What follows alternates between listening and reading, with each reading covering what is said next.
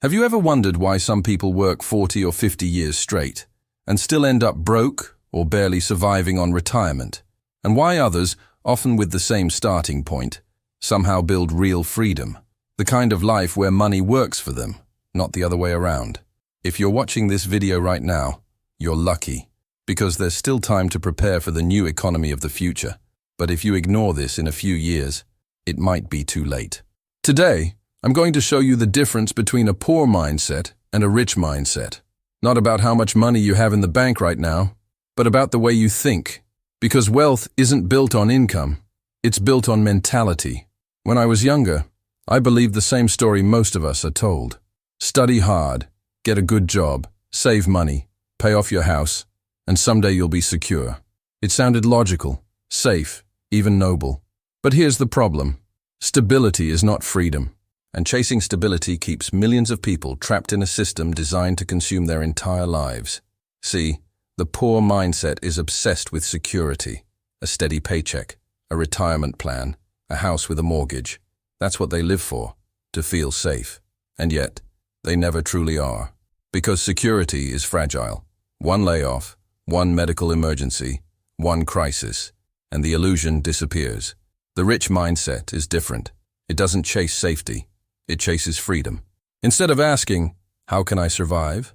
The rich mindset asks, how can I build independence? While the poor mindset spends their entire life trying to hold on to what they have, the rich mindset is busy creating new streams of income, new skills, new opportunities. I'll never forget the day I received what would become my last paycheck. It wasn't small. In fact, it was the biggest salary I'd ever earned. But when I looked at that slip of paper, something hit me hard. As long as I depended on that paycheck, I was trapped. The money might look good, but the freedom, that was gone. I realized something terrifying. If I didn't change, I'd spend the next 40 years repeating the same cycle. Wake up early, work hard, collect the check, pay the bills, maybe save a little and start over again. That wasn't the life I wanted. So I made a promise to myself. I might fail. I might lose money. I might struggle. But I would never again depend on a paycheck for survival. Because the paycheck was comfort, but it wasn't freedom. Of course, people laughed. They said I was reckless, throwing away security. Some told me I'd regret it. And truthfully, for a while I almost believed them. But deep down I knew the truth. Playing it safe was the most dangerous game of all. And that's the first major difference between poor and rich mindsets. One lives in fear of losing. The other understands that losing is part of winning. The poor mindset says, what if I fail? The rich mindset says, what if I learn? The truth is, our society is designed to produce employees, not free people. Think about school. We spend 12, sometimes 16 years memorizing dates, formulas, and theories. But how many classes taught you about compound interest? How to invest? How to build assets? None. Because the system doesn't want you free, it wants you dependent. That's why so many adults walk into life financially blind. They know how to earn money, but not how to make money work for them. They save, thinking they're safe, while inflation eats away their future. Ask yourself, if governments keep printing trillions of dollars, what happens to the value of your savings? It shrinks, quietly, invisibly, month after month. The poor mindset believes saving equals safety. The rich mindset knows saving without investing equals slow death of your money. Money is not meant to sit. Money is meant to move. The poor keep it locked away, losing value. The rich put it to work, turning dollars into assets, assets into cash flow, and cash flow into freedom. And let's talk about the middle class for a moment, because they're the most deceived of all. At least the poor know they don't have much. But the middle class, they think they're winning. They buy the house with a 30-year mortgage, the car with 60 payments, the vacations on a maxed-out credit card. They show off a lifestyle, but behind the curtain, they're drowning in debt. They live for status, not freedom. Meanwhile, the rich aren't worried about showing off. They don't need the newest car or the biggest house to look successful. They focus on buying assets, things that put money in their pocket, not things that drain it.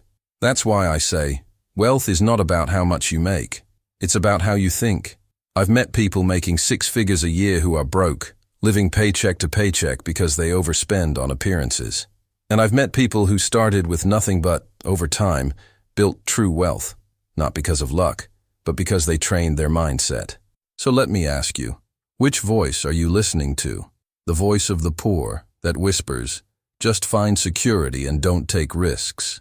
The voice of the middle class that shouts, buy more, show more, prove yourself.